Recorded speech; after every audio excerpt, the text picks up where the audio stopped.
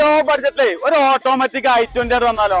അത് സ്പോർട്സ് വേരിയന്റിൽ വരുന്ന single owner Pattambi registration KL52 register ചെയ്തുള്ള സിംഗിൾ ഓണർ ഓട്ടോമാറ്റിക്.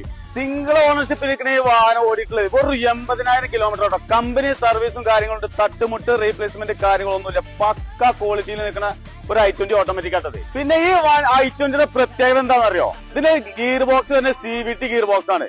അതായത് ഒരു അറക്കത്തിലാണ് നിർത്തിച്ചാൽ അങ്ങോട്ടും ഇങ്ങോട്ടും ഇറങ്ങില്ല. നമ്മൾ എങ്ങോട്ടാണോ ഉദ്ദേശിച്ച് ഗിയർ ഇട്ടുന്നത് അങ്ങോട്ട് ഈ സാധനം പോകുള്ളൂ. ഇനി മുതലിന്റെ പവറിന്റെ കാര്യമാണെങ്കിൽ ഒരു പടക്കുതിരനെയാണ്. പവർ എന്ന് പറഞ്ഞാൽ പെരും പവറാണ്. കാലിങ്ങനെ കൊടുത്ത പറക്കും സാധനം. അപ്പൊ ലേഡീസിനായാലും ജെന്റ്സിനായാലും ഒരേമാതിരി ഉപയോഗിക്കാൻ പറ്റുന്ന ഓട്ടോമാറ്റിക് ആട്ടത്. അതിന് മുതലിന്റെ ടയറുമൊക്കെ നോക്കുകയാണെങ്കിൽ 4 കരിമ്പുത്തൻ ടയറാട്ടോ. 100% ടയറുണ്ട്. നമ്മൾ വാങ്ങിയിട്ട് പുതിയ 4 ടയറാണ് കയറ്റിയതാണ്. അപ്പൊ ടയർ ഭാഗങ്ങളിലേക്ക് നോക്കേണ്ട ആവശ്യമില്ല. പെട്രോൾ അടിക്കുക ഓടിക്കുക. അപ്പൊ ഈ വാഹനം വരുന്ന പെട്രോൾ ആണ്, മറക്കണ്ട. 80,000 കിലോമീറ്റർ ഓടിയിട്ടുള്ളൂ കാര്യം ഇന്ത്യയിൽ പക്കയാണ്. അതായത് ആ വണ്ടി ഒറിജിനൽ വന്ന അതേമാതിരി. പിന്നെ ഇത് സ്പോർട്സ് വേരിയന്റ് ആവുകൊണ്ട് steering music control, company stereo, പിന്നെ ഗിയർ ബോക്സ് CVT ഓട്ടോമാറ്റിക് ആണ്, ഞാൻ നേരത്തെ പറഞ്ഞു. അതേമാതിരി സീറ്റ് കവർ കമ്പനി വന്ന അതേ ലെവലാണ്. ബാക്കി വണ്ടി ഒന്നും ചെയ്തില്ല. കമ്പനി വന്ന അതേ സ്റ്റോക്ക് കണ്ടീഷനിലെ വണ്ടി ഉള്ളത് കേട്ടോ. അപ്പൊ ഈ മുതലിൽ നമ്മൾ ചോദിക്കുന്ന വില 2,80,000 കേട്ടോ.